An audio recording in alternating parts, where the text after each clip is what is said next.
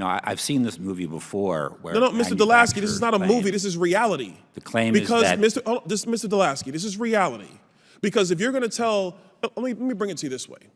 If you're going to tell my mom that she can't have a gas stove anymore and she can only buy an electric stove, but there's a gas hookup in the kitchen and now the kitchen has to be remodeled, and we were renters, we were not owners, which means the landlord had to go and redo that. Do you know what that's going to do to her livelihood? What happens if the landlord says, "Man, I got to go through these massive retrofits. I'm not paying for that." It falls on the back of the renter, which is what does happen. Does that sound like a movie to you? Wait, so now your stove is the problem? Before we get into this, make sure you like, subscribe, and share this video if you want clear, no-nonsense breakdowns. People watching this channel already know how these policies quietly affect everyday life. Because in America, rules like this rarely feel like policy. They feel like small changes at home. A different appliance, a higher bill, a new restriction you didn't really vote on. So here's what just happened. In a congressional hearing, Byron questions a witness about the new gas stove rule, and instead of direct answers, what you get is careful language, technical explanations, and a noticeable reluctance to spell out the real-world impact. And that's where it gets interesting, because the question isn't complicated. Are people going to be pushed into changing how they cook? And for some reason, that's the part no one wants to answer directly. Thank you, Chairman. First and foremost, I find it to just be highly disrespectful that the Department of Energy was asked to be here. They're not here. They don't want to answer questions about their own rule, which is going to impact the bottom line and the pocketbook of every American, especially those who own gas stoves currently. And, you know, I just find that to just be ridiculous. They must be taking a cue from the president, who doesn't even want to answer questions, doesn't do press conferences, and just is nowhere to be found. I find that to just really be laughable, to be honest. Secondarily, this whole gas stoves thing makes no sense. Mr. Stein, I think you were saying in your testimony that roughly only 4% of the current product in the gas stoves market would actually even comply with the EPA's rule. So if you are a homeowner or even a renter and there are gas hookups into the kitchen, what are they supposed to do? Are they now supposed to retrofit their kitchen for an electrical outlet? Because it's not a normal outlet with electric stoves. It is a specially designed outlet for the electric stove in the kitchen. So I would ask the Department of Energy, if they were actually here, what do you expect the American people to do with respect to their kitchen? Are they gonna now retrofit their kitchen to allow for an electric hookup to go in there when the house wasn't designed for that? Mr. Delasky, what's the cost on that? Is that in your research? the department has not proposed to ban gas stoves. The department did not propose a ban of gas stoves, but the department is actually going to regulate the fact that most gas stoves on the market would no longer be able to be sold. They won't be allowed to be sold, only 4%. Do you agree with that, Mr. Delasky? No, I've seen this movie before. Where No, Mr. Delasky, this is not a movie, this is reality. The claim is that— Mr. Delasky, this is reality. Because if you're going to tell, let me bring it to you this way.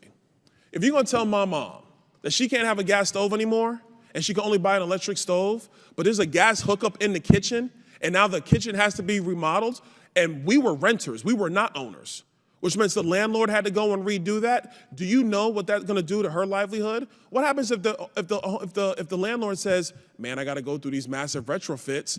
I'm not paying for that." It falls on the back of the renter, which is what does happen. Does that sound like a movie to you?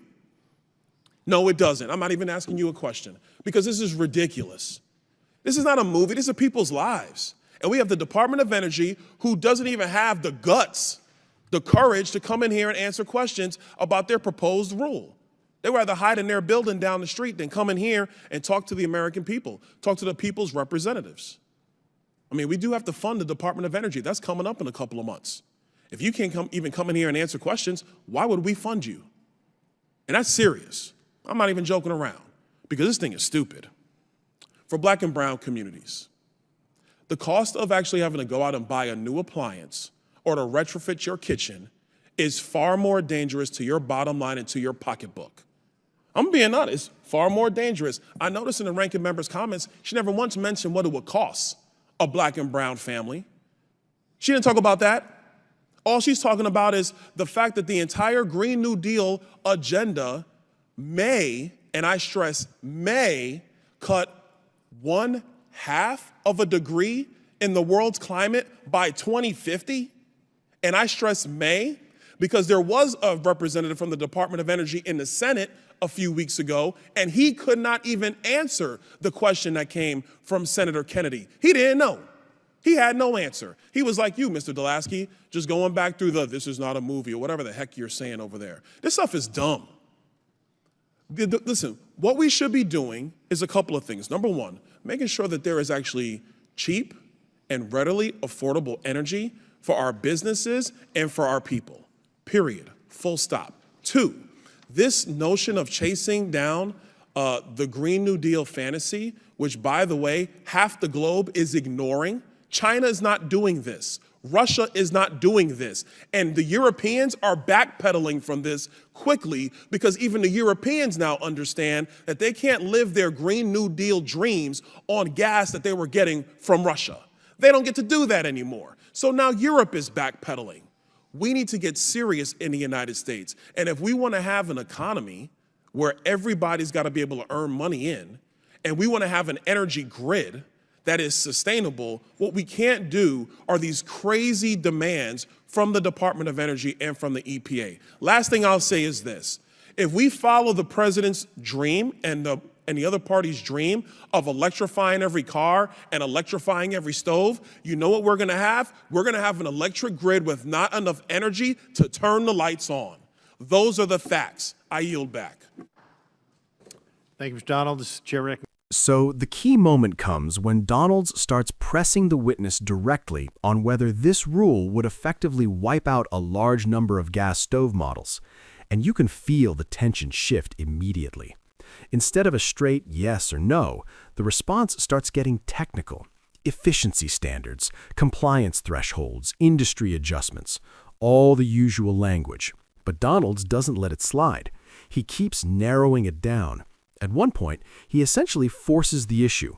If most existing gas stoves can't meet the new standard, then what exactly are consumers supposed to do? And that's where his argument really lands, because he pivots away from policy language and brings it back to real life, people's homes, their budgets, their kitchens. And here's the part that hits differently.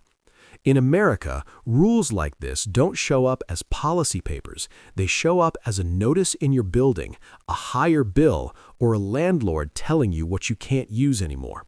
That's the reality he's pointing to. Not abstract regulation, but how it actually plays out in neighborhoods. You can tell this isn't just about stoves anymore. It becomes about whether regulations like this quietly limit choice while being presented as harmless upgrades. And the more the witness avoids giving a direct impact answer, the more Donalds leans into that point. By the end of the exchange, the contrast is clear. One side is speaking in technical policy terms. The other is framing it as a direct hit to everyday Americans. And that disconnect, that's what made this moment stand out.